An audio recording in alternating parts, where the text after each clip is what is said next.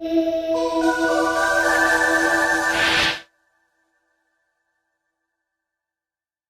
quero trazer uma palavra que está na Bíblia, no livro de Juízes, e serve para nós também como um alerta, uma profecia para os tempos atuais no Brasil.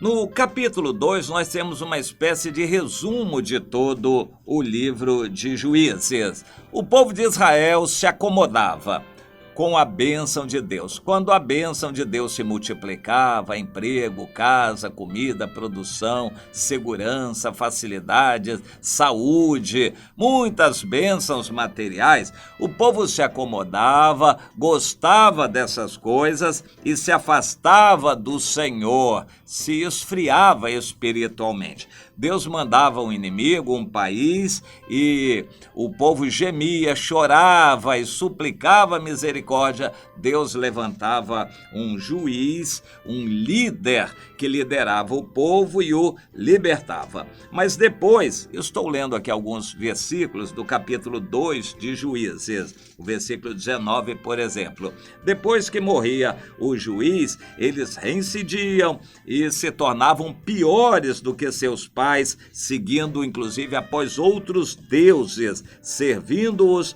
e adorando-os. Nada deixavam dessas obras pecaminosas, nem da obstinação dos seus caminhos.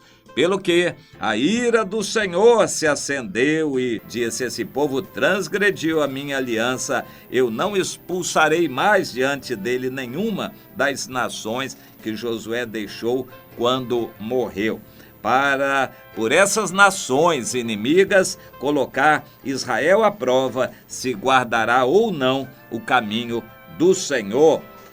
Então, essa era a situação, o quadro geral. O povo longe de Deus, o coração nas coisas materiais, só buscava a Deus quando a situação apertava. E Deus disse: já que é assim, eles querem assim, eu não vou expulsar nenhuma dessas nações, cananeus, heteus, ferezeus, jebuseus, gergazeus, etc.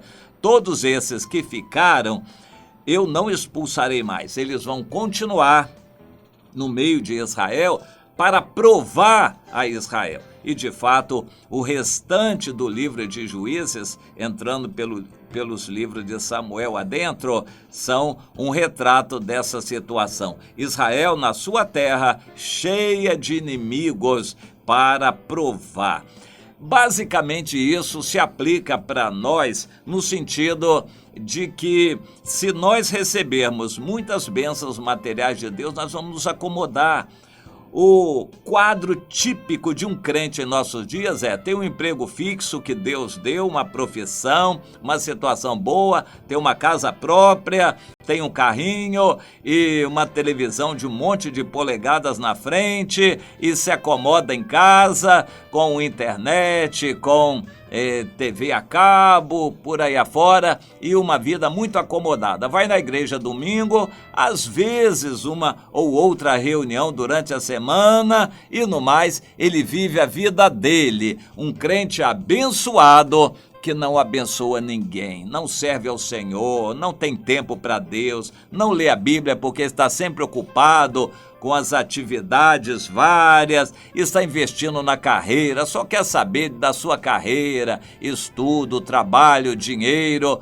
De vez em quando vai à igreja e no domingo vai ao culto. Isto não é o que Deus quer, isso é acomodar-se, é a situação mesma que havia na época dos juízes. E o que Deus faz? Deixa inimigos para provar.